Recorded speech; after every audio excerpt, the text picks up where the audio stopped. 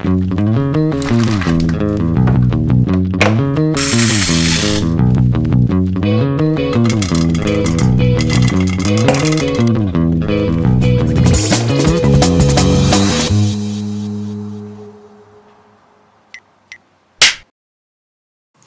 guys, welcome to the very first episode of PopcornCult. Today we will be talking about the second How to Train Your Dragon movie. With a score of 8.5 on IMDb, it sounds promising. Should you watch it? We'll help you decide. During this review we'll be trying out Flintstone themed popcorn by Snackline that we got at our local supermarket. We'll tell you what we think about it at the end of this review. Time to dive into our review. You can always use our menu below, but we'll start off with a short summary voiced by our very own voiceover girl. 5 years have passed since the previous installment. The introduction scene, narrated by Hiccup, shows us that the island of Berk now happily lives and even works together with the previously feared dragons. Our hero Hiccup has clearly grown up. Puberty done right, ladies and gentlemen. While his friends spend their time racing dragons, Hiccup is always out exploring new land with his best friend, the most lovable dragon ever, Toothless. The storyline really starts when Hiccup and Toothless discover something that might disturb the peace around Berk. This leads to the introduction of the main villain, the impressive power maniac Drago Bloodfist. I'll bloody his fist with my face if he tries to take my dragon. Dang, voiceover girl did so well my beard flew off. Guess my beard is stronger than yours, Glenn. Shut up, Sam. But start talking again, cause you have 30 seconds to give your opinion on the story. Ready? Go! Okay, first thing I wrote down was that it's a default good guys versus bad guys story. I didn't really like that, it was too simple. Point 2 was that a lot of characters had irrational choices, and the movie had some really irrational plot twists. Third thing I wrote down was that I loved the darker tone of the movie, but that didn't really completely satisfy me due to point 1 and 2. Your turn.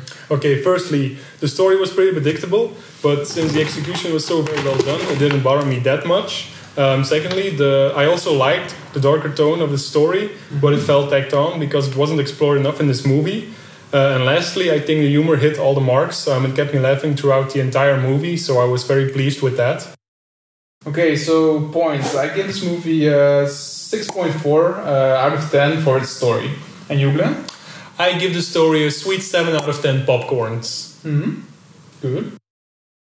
Okay, so after story comes characters. Glenn, your 30 seconds start right now. All the characters had a lot of heart and a lot of personality. It was a joy to see each and every one of them on the screen again. Mm-hmm. My second point, the voice acting was incredibly well done. All the old cast members came back to represent their roles once again, and even newcomers like Kit Harington from Game of Thrones did a very good job. And then lastly, the creators switched well between all the characters, so none of them was on screen too much or not enough, so they balanced that very well. Mm-hmm. Okay, your turn now. Okay, point 1. All characters were great, even the smaller ones like Gobber the Belch, loved it.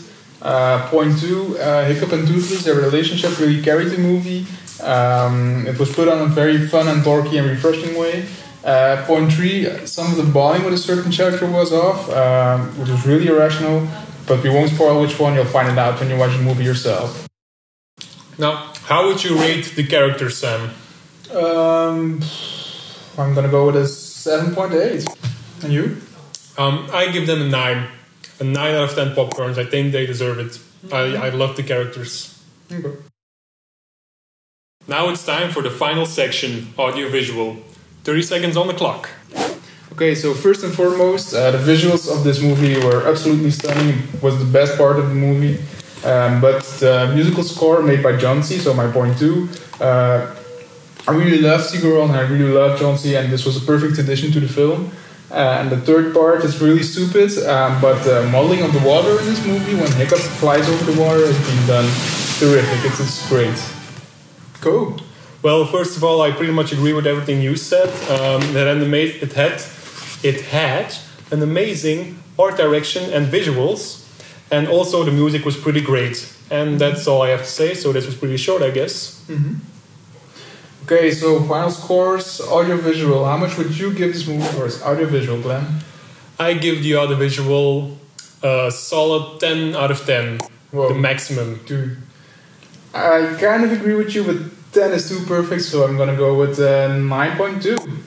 Okay. Okay, time to wrap it up with our final scores and reasons why you should and shouldn't watch How to Train Your Dragon 2. Okay, I give How to Train Your Dragon 2 a score of 7.8 out of 10 popcorns. It's really a fun movie to watch, but it has its flaws, and for me personally, it was just too simple to really go with it. I really love the movie, so I give it a 9 out of 10 popcorns. You should watch this movie if you like the first movie. This one is just as good, if not better. You just want to watch a feel-good animation, and if you don't mind the rather simple plot, in the end, it doesn't really have a lot of depth. You shouldn't watch this movie if you're expecting a dark dragon tale. You don't want to see a family movie. Also, if you don't like dragons, don't go see this movie, because it's kind of the whole thing of the movie. Dragons. There's a lot of them in the movie.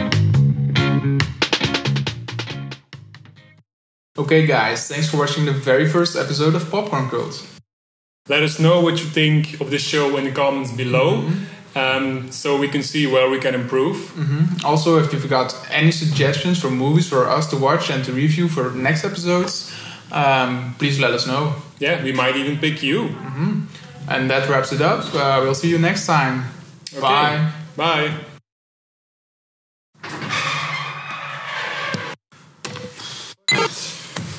Too hot in here. Oh my god. Let's never do this again, Sam. But we filled the popcorn.